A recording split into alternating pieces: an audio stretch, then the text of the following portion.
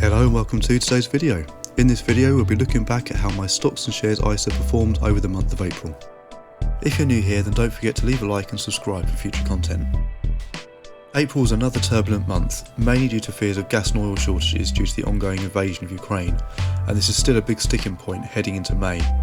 There's still a chance of full mobilisation by Russia after their parade on May the 9th as well, which could have a huge global impact and really escalate things.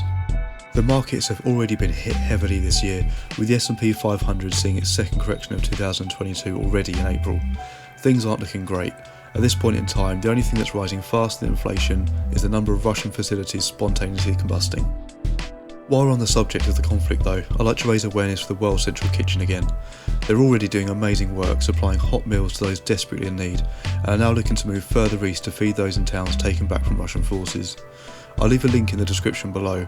I know things probably aren't easy for you as most people are struggling with day-to-day costs going through the roof, but these guys are risking their lives to feed people all around the world that are living in some horrific conditions. Just a simple thing of having a hot meal can make a huge difference to someone's life. Thank you. So, in some of my recent videos I've been looking at making some changes to my portfolio, both in the way of looking to invest into shares rather than funds, and looking to make my portfolio a bit more socially responsible, and in April I started to take some action. I'll get to that in a bit though. First though, let's take a look at what income I got this month. In March my loyalty bonus was significantly lower than usual due to the payment not coming through from the Fidelity Global Focus Fund, but that was redeemed this month in the way of two payments. I received no dividends in April, but the double payment meant the monthly total jumped quite significantly to £1.85. Some of this total was paid before the 6th of April, so the total for last month is split over 2 tax years. Thanks UK tax year for ruining my content's aesthetic. If you look under the graph though, you can see my total income for the last year was just under £30. If we look back to the year before that though, you can see that is a big jump. My aim for this coming year is to get between £50 and £100 in total. That £1.85 last month though means I need just under £3 to reach the £10 auto reinvestment. Speaking of which, it's been a while since that last one and I can't remember which fund the reinvestment will go into. Okay, so at the minute it's due to go to my Global Focus Fund. I'll probably keep it at that for now, but if I decide to change it, it's nice and simple. Just click Edit and choose Fund. With that sorted, let's take a look at how my portfolio has performed. You might notice some changes if you're a regular here, but if you're new, then the major change to my portfolio is the addition of some shares. I've been watching Legal & General with a keen eye for some time now, as they've been looking pretty cheap.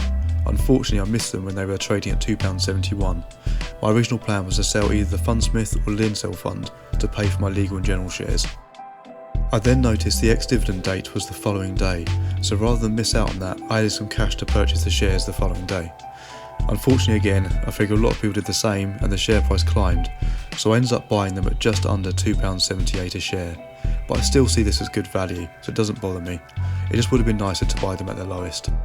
It's something I bear in mind for the future though. The ex-dividend date is the last day that you're eligible to receive the latest announced dividend. This will be paid at the start of June. I bought 103 units of LGEN originally, so using dividend data's handy calculator, that would give me a payout of £13.67, so nearly enough for a pint in London. Or maybe I'll treat the kids.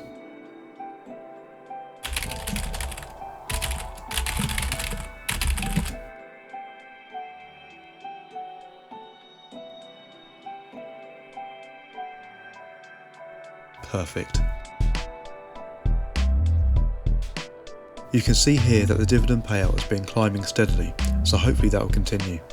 It's quite normal once an ex-dividend date has been reached that the share price will drop a small amount, usually roughly around the payout amount, but the share price just kept sliding, and from what I can see, for no justifiable reason. The company's fundamentals still look good to me, and it's something I want to hold for a while, so I took this as an opportunity to buy more. So this is when I finally sold my Fundsmith and bought another 113 shares of Legal & General. The big drop in the share price though was the main reason for my portfolio being so down this month, so I'm not worried about that as I don't think it'll be a long-term thing. The main thing I'm looking at is on the whole my funds have bounced back from last month, so let's take a look at those in a bit more detail. In my recent Managing My Portfolio video, I talked about binning the Lansdown Train Fund. It's still in my crosshairs, but I think I'll wait until it's out of the red rather than realise a loss on it.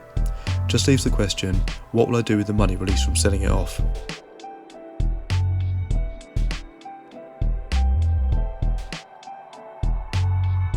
Halfway through the month, I also put £100 into my Aviva UK listed equity fund and the same into my Artemis income fund.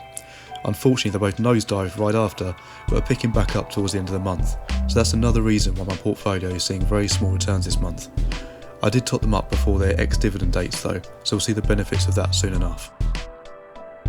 The other fund that is still causing me grief is the JP Morgan Emerging Markets. This again is another in my crosshairs. It's just a case of timing now. Might be a long slog before this one gets binned off. I'll run through the remaining funds now just briefly. I'll just let you know I'm in the middle of moving home, so upcoming videos may be a little late, but once that's out the way I'm hoping I can start making all the videos I've planned. I'm hoping to start making some property related videos as well, as that's where I have more experience. I also want to become more self-sufficient, so I'm hoping to make some content around that too.